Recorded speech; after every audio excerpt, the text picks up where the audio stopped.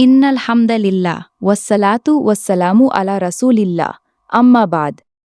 জেনা বা বিয়ের বাইরের সম্পর্ককে বর্তমান সময়ে ভালোবাসার মোড়কে স্বাভাবিক নর্মালাইজ করার যে প্রবণতা দেখা যাচ্ছে তা মূলত একটি গভীর সাংস্কৃতিক ও মনস্তাত্ত্বিক পরিবর্তনের ফলাফল।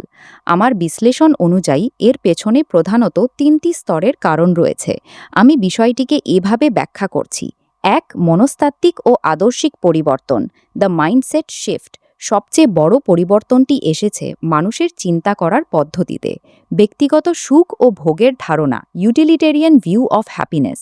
আধুনিক সমাজ মানুষকে শেখাচ্ছে যে আপনার জীবন আপনার একমাত্র লক্ষ্য হল ব্যক্তিগত সুখ ও ভোগ।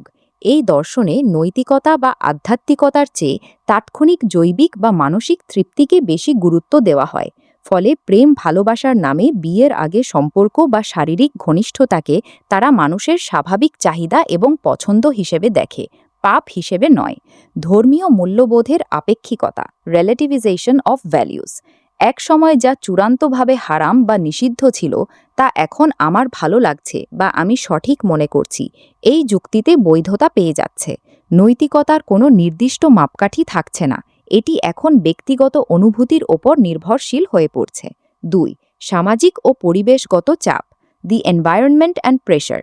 ব্যক্তির চারপাশের পরিবেশ ক্রমাগত এই ধারণাগুলোকে শক্তিশালী করে।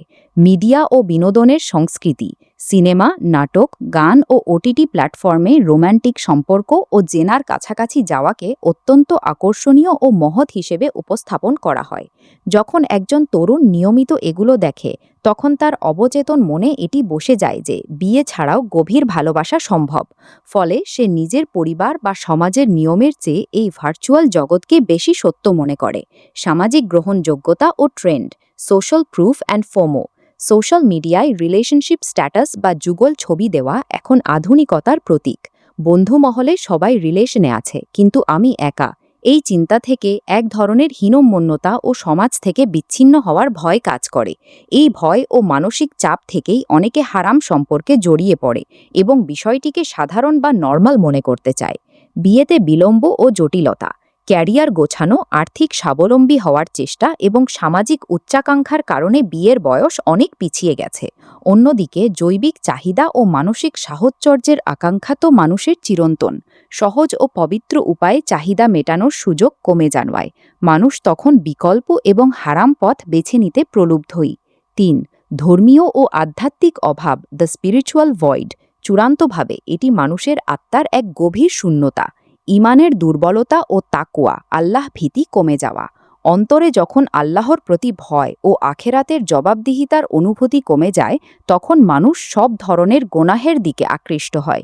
তারা তখন নিজের প্রবৃত্তি ও চাহিদাকেই সর্বোচ্চ স্থানে বসায়। সঠিক দ্বীনি জ্ঞানের অভাব। অনেকেই হয়তো জানে না যে ইসলাম কেবল সরাসরি জেনাকেই নিষিদ্ধ করেনি, বরং জেনার কাছাকাছি যাওয়া যেমন হারাম দৃষ্টি, মেলামেশা বা একা হওয়াকেও কঠোরভাবে নিষেধ করেছে। এই অজ্ঞতার কারণে তারা ছোট ছোট ধাপগুলোকে নর্মাল মনে করে, বড় পাপের দিকে এগিয়ে যায়।